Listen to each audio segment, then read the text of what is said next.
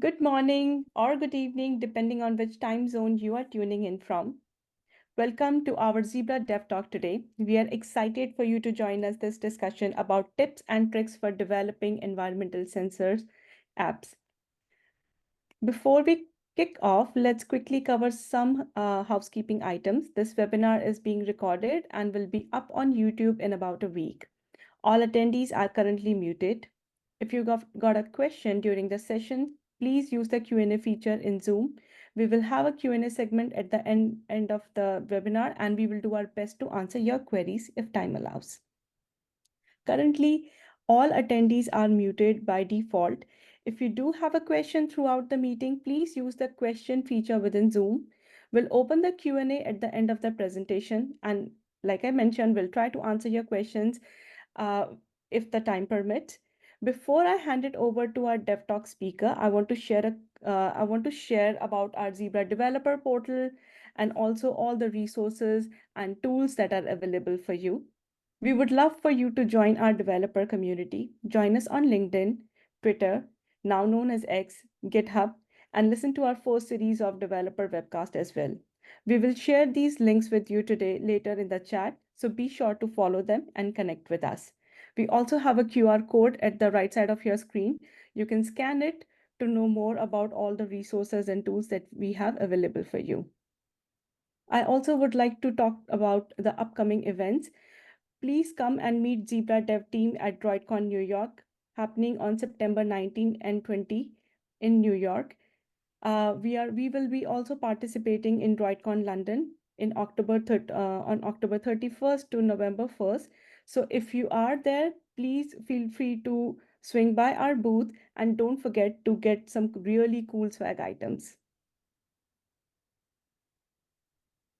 And now I will hand over this presentation to Ankun Basic. Ankun, over to you. Hi, hello, good morning, good afternoon, or good evening to everyone who is joining in this webinar, and appreciate everyone joining in and taking this time to learn about our Zebra's ZS300 electronic data loggers.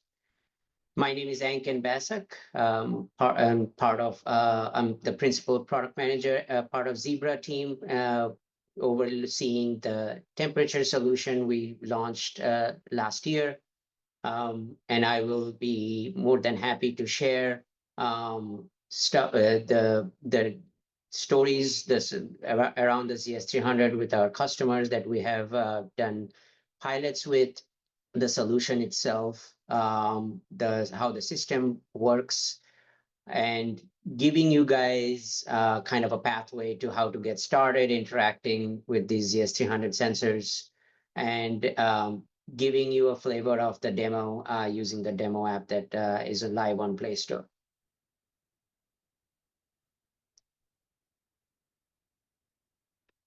All right, so first I'm going to talk briefly about the customer needs and the use cases for the ZS300 temperature data loggers.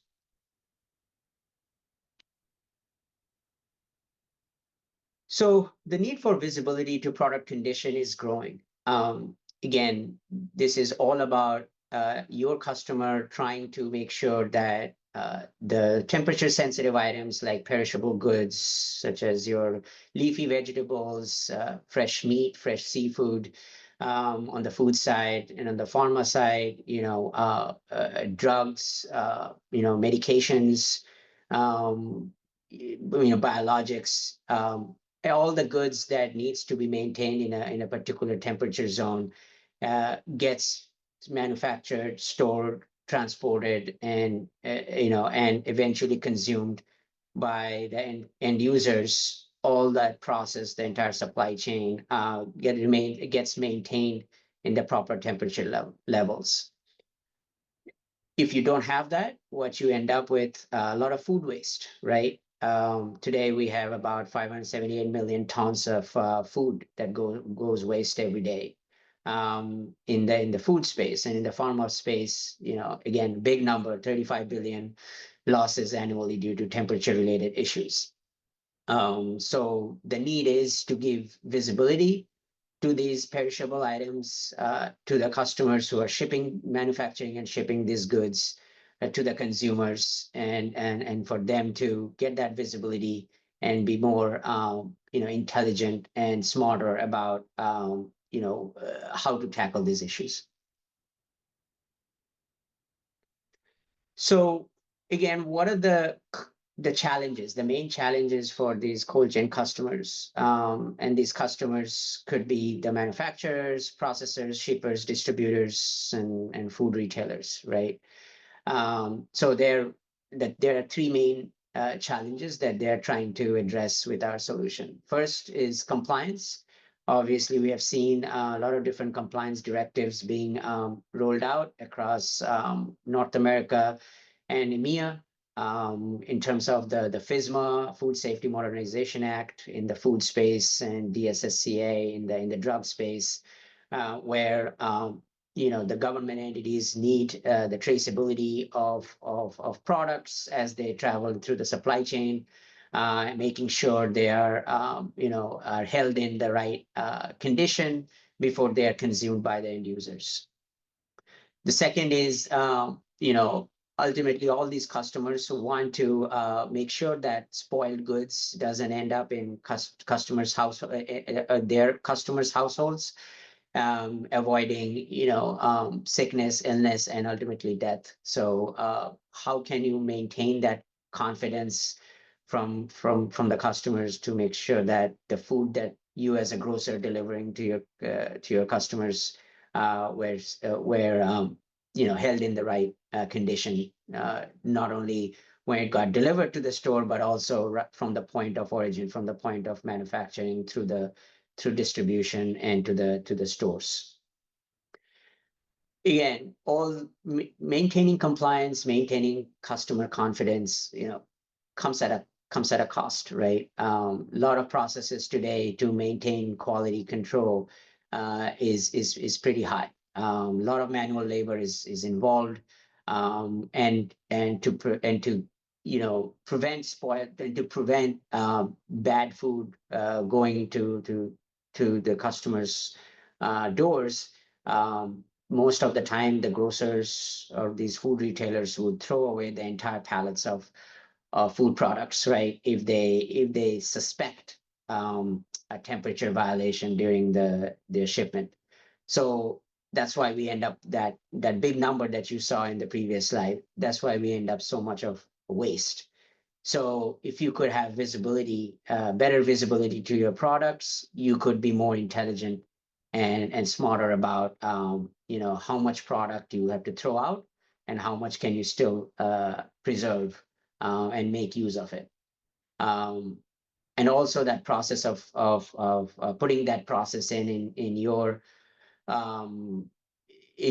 facility, efficiently, and running that process efficiently means automating a lot of manual labor, right?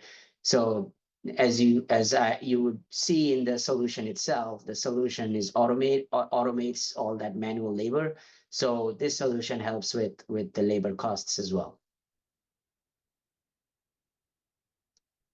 So how is Zebra responding to these cold chain challenges? So these electronic data loggers are Bluetooth data loggers. It's the most accurate in the market today, in terms of temperature logging, and you can get condition information from these sensors as they are tied to sensitive products in real time. And what that helps is now that gives you ability to drive actions in terms of whether to restock this or throw it away, or based on the report, you get to decide whether you want to charge back your shipper for products that they transported to your store that got that went bad. So benefits of our sensors: it is cost effective, and it's also rugged. It is IP67 tough. These sensors that I'm showing here are, again, as I said, is Bluetooth low energy version 5.2, the latest version. These are reusable, so you can use it over multiple shipments, as long as the battery is is still good to go. And these are sustainable. We have offer free recycling program for the customers using it, and so we can we can recycle these. The second is quality compliance and actionability. As I said, these sensors give visibility to the condition data of products as they travel the supply chain, and opens up that easy access of data without someone needing to manually intervene and get the data. So automation is a big aspect of this solution. We also provide reporting abilities that helps with auditing and quality control purposes. These sensors, again, are fully programmable. You can program these with our APIs through the ISV solutions that are out there. What you can configure this with, you can configure the temperature limits, the high and low temperature limits for the goods that you are trying to monitor. How often you are trying to sample the data, you can configure that as well. Everything is accessible through APIs. The main I would say differentiation of our product in the market is the ability to for our solution to easily integrate into customers' workflows. So that's why we made our solution API based. So it's open and easily that can be easily integrated into different ISV solutions, leveraging our cloud and our APIs. And it's secured. We have end-to-end security from our cloud to the bridge to the sensors. So it's a fully secured solution, and what that prevents is manipulation of data and task parameters.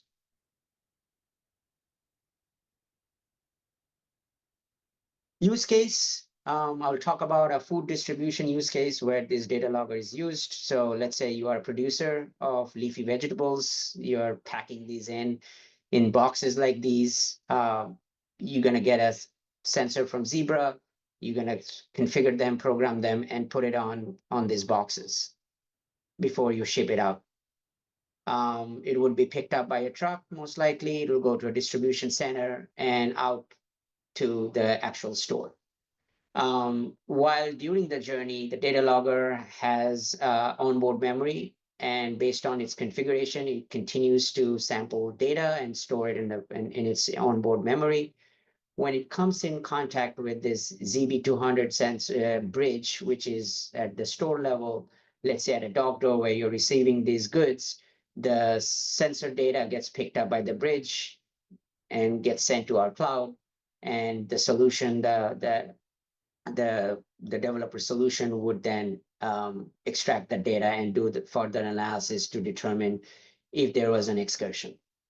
So we provide data to give that visibility, but we also provide excursion alerts. So you can subscribe to excursion alerts, and if you do that, you get an alert notification through our system telling you that something happened during the journey. The temperature went out of spec.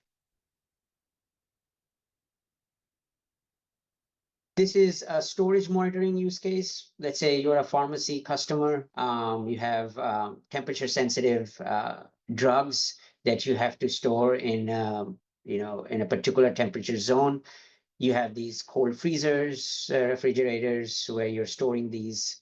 The idea would be you're gonna have one of these sensors inside it, monitoring the temperature, collecting the data, and then you're going to have either a hardware bridge, which I showed earlier, mounted on a wall next to it, or if you have your employees, the customer's employees already equipped with an Android device like our Zebra TC device, running a mobile bridge software would be able to collect the data and be able to give that visibility to the customer. Let's say an employee left the door open of this refrigerator, and the goods inside it went bad, or became too hot. Well, you will be able to get that as an alert in your workflow, so you can take actions such as sending your worker to go and check it out, or maybe close the door if he left it open.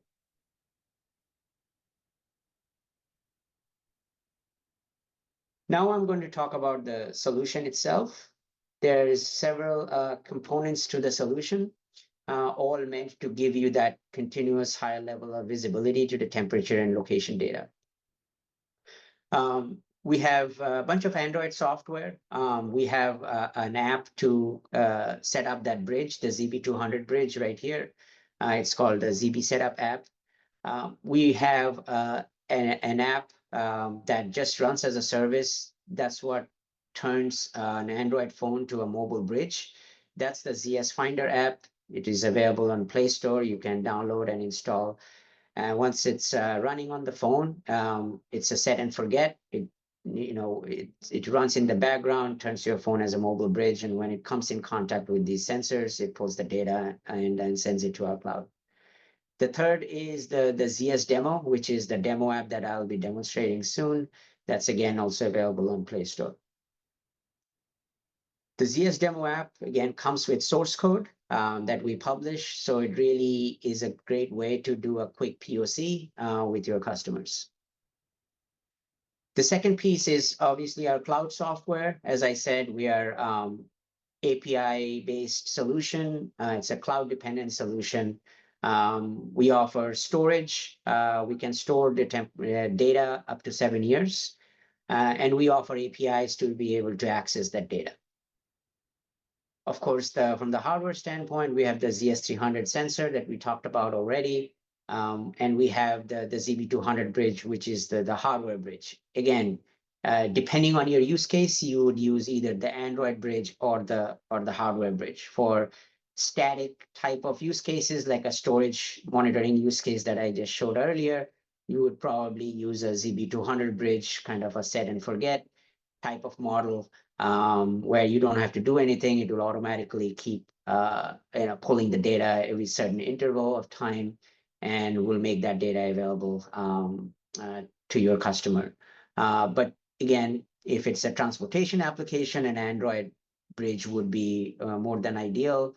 Yeah, if your truck driver already has a mobile terminal in his hand, running this ZS Finder, he will be able to capture that information from those sensors and send it to our cloud. So different ways you could gather the data. So the developer tools, we have a whole suite of developer tools around this solution. Again, our solution is open for easy integration to different systems of record that the customer may have. And for this integration, we rely on our ISV partners to develop solutions like these that can make these sensors easy to integrate to other systems of record, or could be a standalone application that a customer could use. So we have APIs, as I said. We have 3 sets of APIs that we will talk about. First is the management APIs. That's the APIs you use to program the sensors with the temperature limits and the sampling interval. The second is the data API. That's the second kind of API you would use to pull the data from our cloud. And the third is event APIs. Those are just webhooks. You set up webhook at the beginning of when you're configuring these sensors. And when you specify an endpoint, the webhooks will be pushed to those endpoints. And as an application, you can get easily alerted when that alert happen in the field. We also offer cloud storage. As I said, 7 years of storage. It's backed up in the data lake, secured for you to access anytime you want. From an Android standpoint, we have, again, 2 apps. One is the ZS Finder, which is that mobile bridge app. And we also offer an AIDL service.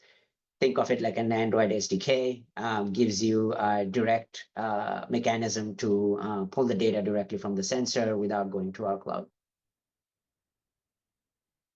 Some example integrations that has been done so far by our ISVs using this solution. So, since the beginning, we have engaged 100+ ISVs to look at our solution and engage with us. So far, we have 10 fully fleshed out applications using this solution, integrated, already integrated in their application. There are three I share here. One is the step logic from Corber. On the top right, you see a LATAM-based ISV, Grupo Hazar, and one in EMEA with Parco Genie as the ISV. And there are a few others that's listed here, like Sequence, ArtLogic, Ivanti, and PendID.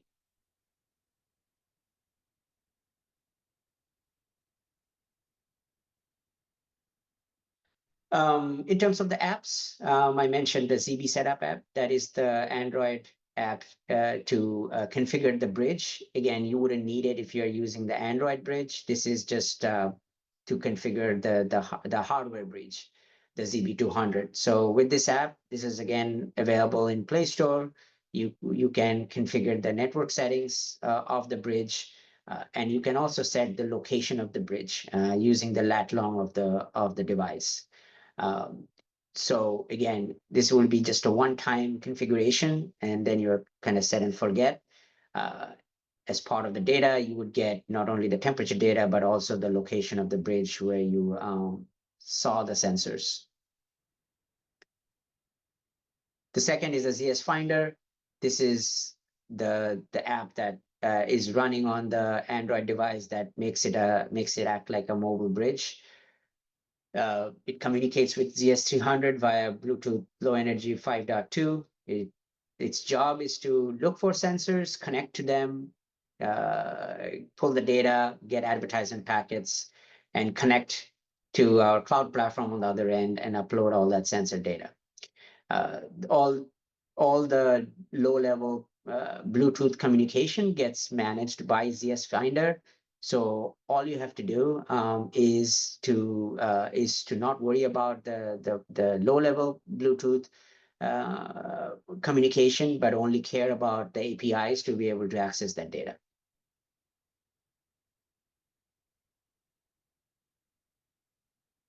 The third is the demo app. Again, this is a very easy way to, as I said, do a quick POC with your customers. We have source code for this, so you could easily, leverage that in your own application if you want to demo that specific solution to your customers. All it does is you can configure the sensor with this demo app. You could, and once you start the task is a configuration running on a sensor. And once the task is running, you can view the data, you can get alerts. And again, this app has been on Play Store for over 6 months now. It's a very quick and simple app to show to your customers. Next, I'm going to do a quick demo of the solution using this ZS demo app. What we're going to do is two things. We're going to first look at the temperature data of two live sensors. The first one is on the left here. This is the QR code of the serial number that we're going to scan from the demo app. This sensor is running in a refrigerated environment, already programmed from -10°C to 10°C. It's taking samples every 30 minutes. It has an alarm, so we'll just look at the data, look at the alarms. The second sensor we would see is another sensor in a different environment, -25 to -5. It's taking samples every 30 minutes. This does not have an alarm, so we'll just quickly see that as well. And then I would have one sensor that's on my desk that I would quickly show how to create a task and the parameters that you can set within the task. I'll quickly switch off from the PowerPoint and show my visor window right here. And hopefully that is coming through okay. This is the app, the ZS demo app that we're going to launch.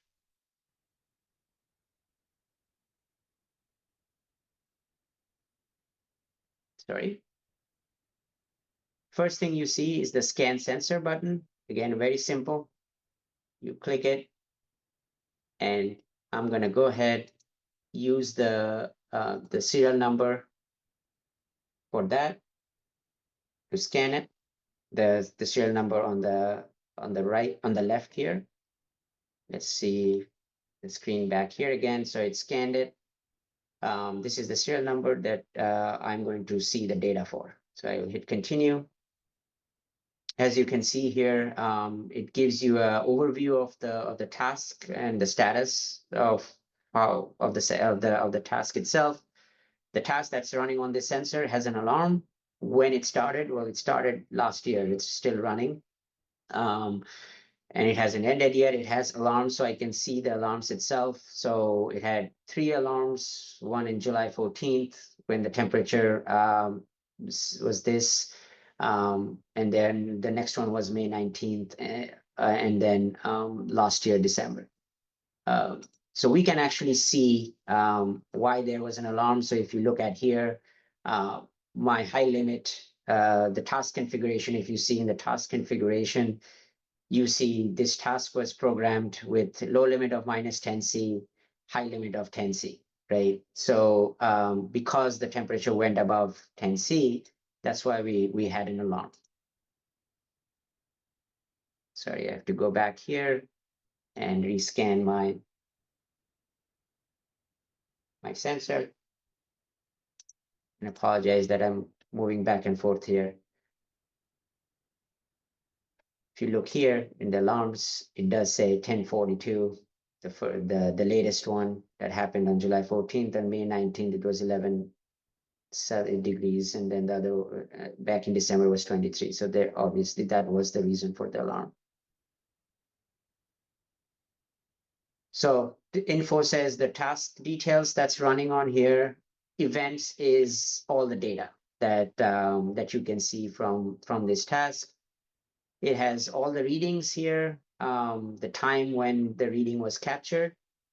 And also one nice thing about this app is you can actually take a look at the data in an Excel file. All you have to do is hit the download CSV option. It will basically download this whole data set into a CSV file, and then you can share or email to whoever you want. The sensor tab is basically telling the information of the sensor. The sensor status is in alarm condition. This is the serial number, this is the MAC address. Battery level 24%. This is still pretty good to go for another 6 months or so. These sensors were put on task like, last year about the same time. Firmware version is this, and at the bottom here, you see unverified data. That is the advertisement packet that gets pulled from the sensor. The sensor reports, since this is a Bluetooth low energy sensor, it constantly emits advertisement packet and it gets captured by the cloud. So what you see here is a more up-to-date advertisement packet information. And as part of that, you get the date, the time, the temperature, the current temperature, and whether there was an alarm happened in the past or not. All right, I'm going to go ahead and quickly show the other sensor information. I'm going to go ahead and hit the scan sensor button. And this time I scanned the rightmost QR code. This seems like is also in alarm right now. Again, similar story. Let's look at why that was the case. Okay, so this was this tripped at -4 degrees. If we look here, the high limit was -5, so it went above the -5. So that's why there was an alarm. Again, similar idea. You can see the data to get more details of all the readings to do your own analysis if you want, or do any sort of charting that you want to generate reports and stuff. The other one now I'm going to show you is how to create a task on a new sensor, brand new sensor that's at my desk right here. So I'm going to do scan sensor again, bring my sensor in view, the QR code, scans the sensor serial number, again, hit continue. This time I'm going to create a task. The task name is auto-generated. So you cannot set that. Then you have next is the reading interval that you can set here. So you can set in minutes, seconds. I'll just leave that alone. The start mode, there's few options here. You can select either to start the task immediately, or you can configure everything and say, okay, I just want to start the task on button press. So in a workflow standpoint, let's say an admin or a operations guy would set this up at his desk, and then his workers or the truck drivers who will be loading these goods to the truck, when they're actually going to start the journey, they will press the button and the task will start before they put it in those boxes. So that way, you're not collecting temperature data that is not in the environment where you are trying to monitor. So that's the whole idea about that. Same idea with the delay until option. Again, if you are not concerned about collecting data outside of the range that you're really interested in, you can just set the delay option where it will start recording when the temperature goes below certain degree C. And same with temperature above. You can also delay by time. You can say, okay, I'm not ready yet. My truck driver will arrive in 10 minutes, so I want to start my task then, so I can delay it by 10 minutes, or I can delay it by date and time as well. The next important thing that you want to set is the alarm settings. Again, in the demo app, again, this is just a demo app thing. It doesn't have to be in a live application. But in the demo app, we do want you to set at least one alarm, whether it's a low limit alarm or a high limit alarm. There is a delay option here, which means that it wouldn't fire the alarm right away. It would delay the alarm if the temperature consistently stays um, you know below the low limit alarm, right, for that amount of time, and only then you will get the alert. So there's flexibility to delay the alert. So think of like, opening the refrigerator door. If it was a quick open and close, you may not want the alert to be triggered right away. So you want to maybe, let's say, put a delay of 5 minutes before the alert gets triggered. So that way, if someone really left the door open, now it's an action that you can take, versus if it was a quick open and close, you may not worry about it. Once you set that up, I'll just choose one low limit of 5C, and I left the sampling interval the same in 15 seconds. So every 15 seconds, it will collect the data. It will start right away, set to immediate, and it will have a low temperature limit alarm of 5 degrees. Once I'm happy with it, I'll hit continue. This is basically gives you another look of the settings that you just changed. You can always go back, hit edit to go back to the task again to change anything if you want. Otherwise, at this point, you will just verify all the information is correct, and you will hit create at this point. Once you hit create, you're gonna get a message to say that task is successfully created in our system, but it hasn't gone to the sensor yet. So for the sensor to actually get the task from the cloud down to the bridge through the sensor, you have to press the button on the front here. I don't know if you can see, for 3 seconds to wake it up. When you wake it up, you get a flashing yellow, which means now it's awake. But now you see it's just flashed green, means it now got the task from our cloud, and now it's active on a task. Again, all the communication is happening from the demo app, requesting the cloud to create a task, and the cloud then instructing the bridge. In this case, the bridge is the ZS Finder bridge that I'm running, which is this the second app right here. This is the sensor discovery service app. This is running as a service. So basically, the demo app instructed the cloud to create a task. The task went down to the bridge, and the bridge then told the sensor to start the task. So if I go back here and hit continue, I can see the task status now is active on the sensor. It's running right now and it's collecting data. And we will see this is the specifications we set up on the sensor. And then in the events tab, it takes a bit of time to have the data start showing up here, but this is where the data will show up. And this is my sensor that I just created a task on. Again, brand new sensor, that's why the battery level is 98%.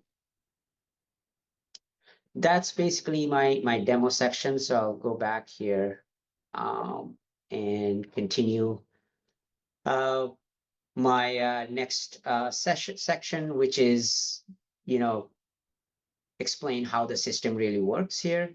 I pointed this a little bit, but in my discussions earlier, but it's good to see in a visual format, so it makes sense. So the demo app is right here. So the way that the demo app is working is it's talking to our cloud using the APIs that we have published. And then the cloud is talking.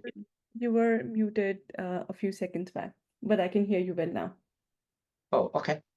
I don't know why that happened. Am I audible now? Yes, you are. Okay, thank you.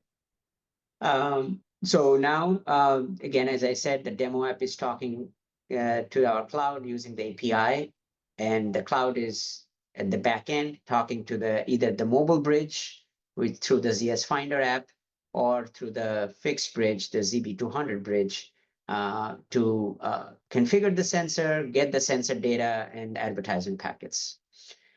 So this link right here between the sensor and the bridge is Bluetooth, and from the bridge to the cloud is obviously TCP/IP cloud connectivity. Obviously, you need to have cloud connectivity for the bridges to have the sensor data uploaded to our cloud.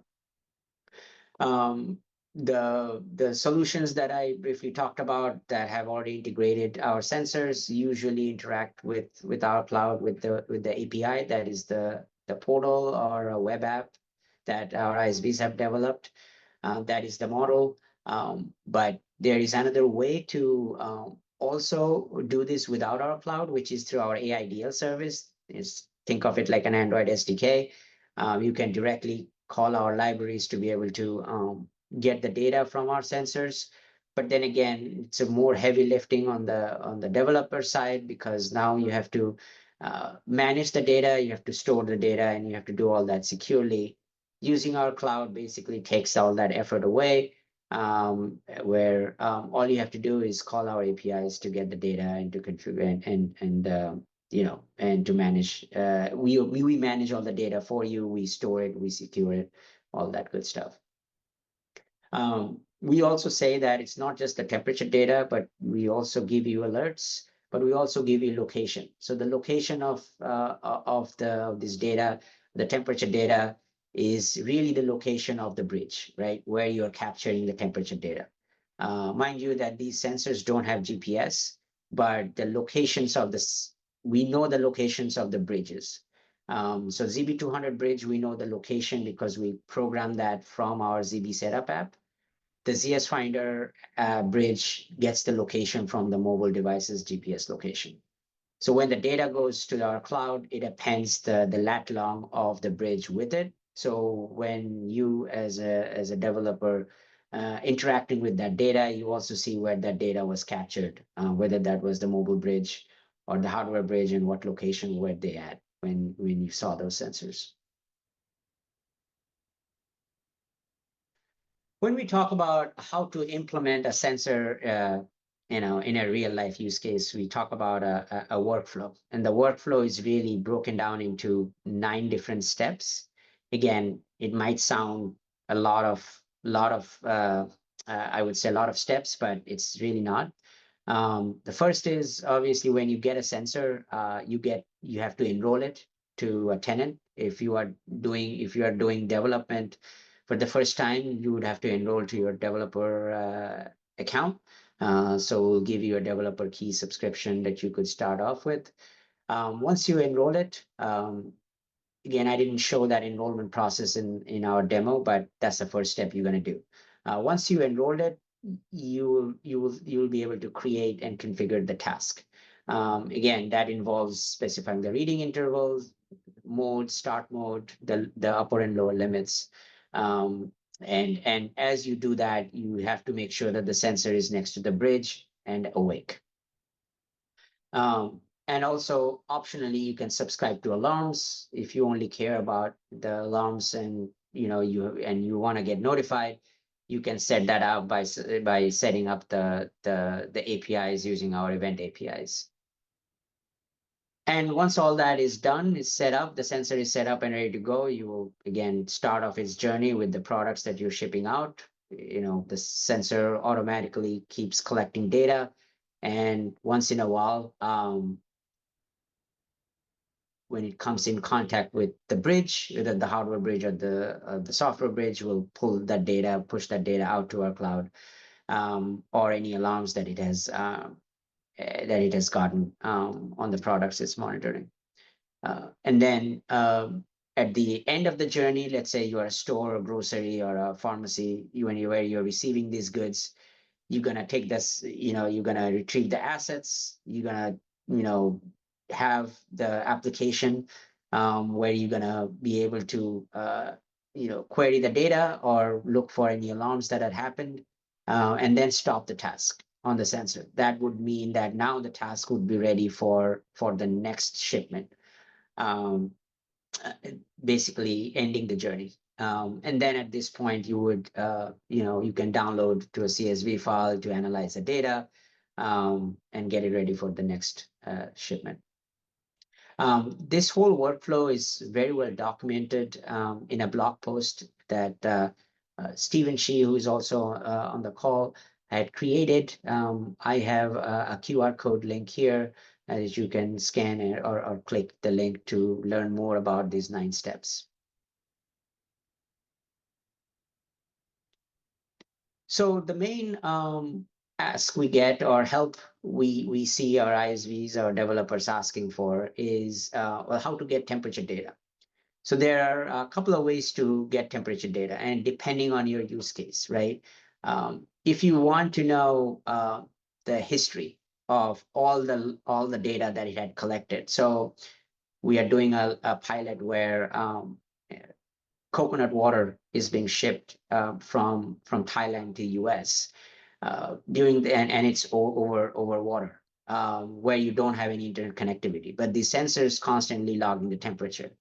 But as a customer who is shipping these products and receiving them, they want to make sure that this coconut water product needs to be preserved in the right temperature, remained in the temperature during the entire journey. And the journey could be 30 days, right? Few weeks, because again, it's ocean. So at time of receipt, they should be able to get all the temperature logs for the entire journey, see the data, and either approve the shipment or reject the shipment. So that's the case where you need to use our data API to pull all the historical records from the sensor. So the ISV application would implement this API. It's the log API, part of our LogView subscription. And you will set up this API call like this in this example, and you will get some sort of response in JSON like this on the right. The other way to get it is via management API. Remember, we talked about 3 different types of APIs. The first was the management API, and the second was the data API. Data API is the historical data. Management API, you use it to configure and program the sensors, but you could also get a snapshot of the last temperature data point from the sensor by calling this API. It's a list sensors API listed here. And this is the response you get as part of in the unverified section of the JSON, where you will get the last date and time it reported a temperature in its advertisement packet, and the last temperature reported and whether there was an alarm or not. What's happening is the sensor is, as I said, always constantly emitting advertisement packet every 1.5 seconds. if there is a bridge in proximity and sees it, it pulls that advertisement packet and sends it to our cloud, and that information is made available through this API.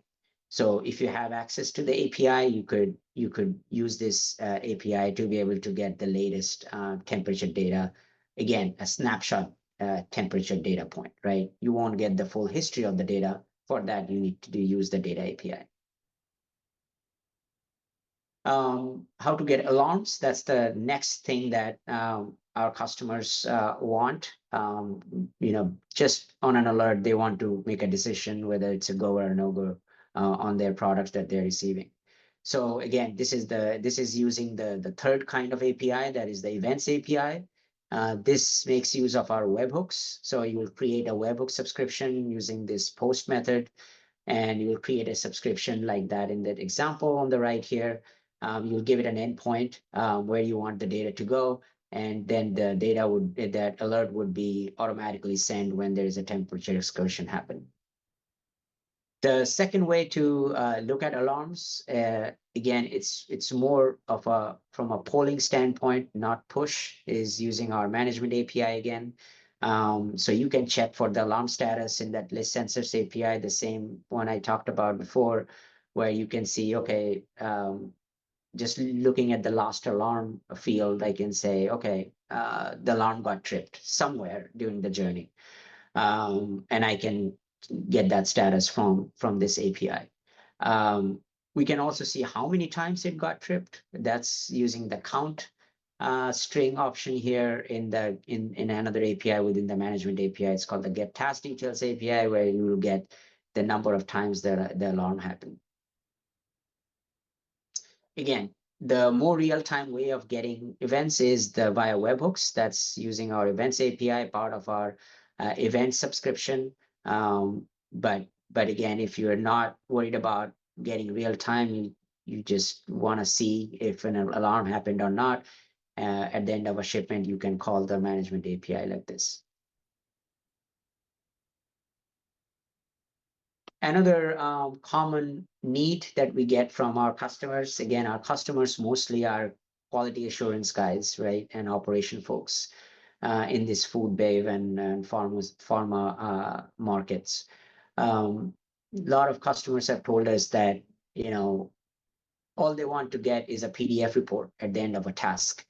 So they could use this as a compliance check, as an auditing tool that they can provide to the regulatory bodies that the shipments remained in compliance. So this is a screenshot of how a PDF usually would be structured. You will have a task ID. You will get an indicator of whether there was an alarm or a high alarm or a low alarm in the shipment. The information about the task, the alarms that happened during the journey, and some statistics around the temperature data. So it will calculate, well, what is the minimum temperature it recorded, what is the maximum temperature it recorded, the mean, standard deviation. And one important statistic that we constantly hear in this market is about mean kinetic temperature. So that's also is available for you. And then a chart, right? That's much easier visually to analyze the data without looking at the raw data. You could visually see, okay, how was my temperature profile during the journey? If this was my high limit, I could see that this actually remained within the temperature range. The other kind of report is just like a flat file, like a CSV or an Excel file that we give from a demo app, right? You could do this in your own application. You could give ability to download the CSV file and share it through email. This is how the data file really looks like. It gives you the timestamps, the serial number of the sensor that captured the temperature, the recorded timestamp when it got recorded in the cloud, and then the temperature samples itself, the unit of measurement, Celsius in this case for the demo app, and then the alert notification. So the alert, if there was an alert for a sample, it would turn true. Otherwise, it will stay false. a quick view of how the advertisement packet really looks like. Again, advertisement packet is important, as I mentioned before. Um, this is BLE. It keeps emitting advertisement packets every 1.5 seconds. And if a bridge is nearby, it would be able to pick that up and would record this advertisement packet information in our cloud and would be available through the management API that I just showed. Um, the the the important pieces of information that comes in that advertisement packet that gets populated in that JSON response is the ID of the sensor, the battery status, the last temperature read, and the alarm condition. Again, these are the types of information that's given through the advertisement packet that makes the solution more real time, if you want to have more real time visibility to the solution. Another question we get is that, okay, how we enroll or unenroll sensor.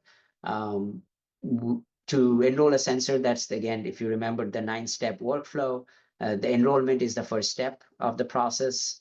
So you will need a key to enroll a sensor, and you will have to call the enrollment API. So enrollment or unenrollment is supported only using our ZB200 bridge today. In near future, we'll be able to support it through the ZS Finder mobile bridge as well. So you don't have to have a ZB200 bridge next to it. A sensor can only be enrolled one tenant at a time. So if you need to use it, let's say you are using it for your development purposes and you are on a developer tenant, now that you want to stand up a solution for a particular customer, and use the same sensor, you have to first request us a new key for the customer, and then unenroll that sensor, and then enroll it back to the new tenant's API key. Again, best practice enrollment, we always suggest do the enrollment as part of staging. So let's say the admin or the ISV in this case would get the sensors, pre-enroll them, and ship it off to the customers so that they get it and they just start creating tasks and run with it, so they don't have to go through the enrollment process. Some best practices from an Android perspective, leveraging existing Android devices as mobile bridges. We as Zebra, we have a big presence in the Android market with our TC devices. Your customers already probably running Android, these TC devices, and have them in their workers' hands. So how we can enable those devices to be more capable, and be as mobile bridges as well, to be able to capture these temperature data from these sensors. So the ZS Finder app, that's the mobile bridge app, actually helps accomplish that. But again, when you're going to be using it, then you have to make sure, obviously, two things are set. One is the Bluetooth is turned on and the Wi-Fi is on. Always make sure that if you want to pull the data, make sure that the bridge, either the hardware bridge or the software bridge, remains in range of the sensor to collect the data. And usually for Bluetooth, it's 30 feet range. We also have APIs, as I said, for easy access of the data. We have a lot of resources, the dev portal, the developer guide, and the blog post that you definitely can refer back to. Keeping API keys, tokens private. Obviously, larger data sets, you have to use pagination.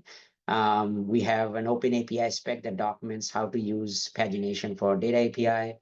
Always for alarms, for more real-time alerts, use webhooks. That's the event APIs. And be aware of the quota limits, right? We have quota limits around our API keys. We have 5,000 calls per day per API key and a spike rate limit of 7 calls per second per API key. So that brings up a point of when to poll and not to poll, right? So we say poll when there is a significant change in data. Let's say you see an advertisement packet, you want to pull the data. Then you poll. But you have to be always aware of, poll does put a lot of resource burden and cost on the developer and as well as on the Zebra end. Polling does not necessarily make the system more real time, right? Because there is a constraint between how often the data is uploaded to the bridge, uploaded to the cloud with our bridge. And it happens at a particular cadence every 37 minutes around it. So polling continuously doesn't help to get more up-to-date data. Just this is my last slide, kind of call to action for you guys, again, to start development, you talk to us. This is the email you can reach out us to. You can contact your local account rep to set up a call with us. We want to know your use case, your application, your customers, and the opportunity, and we want to help you develop stand up a solution. There's a programming guide, as I said, in the blog post that Stephen Shee has written, very descriptive, that walks through that 9-step workflow. But ultimately, to start, you need an API key. That's the developer key that we can issue you once you register on our dev portal. And again, use the demo app. No API key is needed for that. We have source code that you can leverage in your application. With that, I will hand off to Priyanka. Thank you, Ankan. Thank you for the fantastic presentation. We are also joined by Stephen Sai, who's here to help answer any questions you have. And I can see we do have a questions in our Q&A box here. So the first question is how to charge the battery? Great question. So the battery for the sensors cannot be charged. These are sealed, IP67 rated. So therefore, we don't have a battery replacement here. So if the battery does run out, you basically throw away and get a new one. It's a consumable. Great. Hope that answers your question. And another question that we got here is how is the geolocation information collected? Do the ZS300 sensors have GPS? No. So as I said, the sensors don't have GPS themselves built in, but the lat long of the location comes from the bridge. So if you're using the Android device to collect the data, it will be the Android device's GPS location that will be appended to the temperature data. So idea is the bridge is the proxy for the location in this case. Great. Another question is, what does the limit 16,000 records will be recorded mean? Yeah, so these sensors have onboard storage and it has a limit. It can store up to 16,000 records, data points, temperature data points. But again, we have an option to allow you to overwrite that. But if you don't set that, override mode, it will basically stop collecting temperature after it hits 16,000. So to kind of prevent that from happening, we usually say, okay, don't sample data too often, right? If you don't sample data too often, if you don't have any real need to sample data too often, then you probably wouldn't run into 16,000 records that soon. So that's the way to be aware of. Thank you. Another question is it possible to use these devices without use the Zebra cloud? So my overall answer is no, because this is, as I said, is a cloud-dependent solution. To configure, to program these devices, you have to go through our cloud. So you have to call the APIs, the management APIs that I talked about, the first set of APIs, which obviously have to use our cloud. To pull the data, you do have the ability to go using the AIDL approach, which directly you can call the libraries without our cloud to gather the data. But that's the only aspect you can use the solution without our cloud. But then again, it comes at a cost for the developer because now there's more development resources and time needed to implement AIDL. Great. Does the BLE senders work inside a fridge? Yeah, and again, the sensor itself is tested for those kind of conditions. To kind of, we have to, these kind of scenarios, obviously, depending on your customer, we have to do some site survey and make sure the signals is strong, because you have to make sure your Bluetooth signal is strong. You have to make sure the connectivity from the bridge to the cloud going outside your facilities is strong. So for that, we have to make sure that they are placed correctly, the bridges is placed correctly. But short answer to your question, yes, it does work in the refrigerator. The one that I demoed with our demo app does use the sensor that is actually currently live in the refrigerator. Thank you for answering that.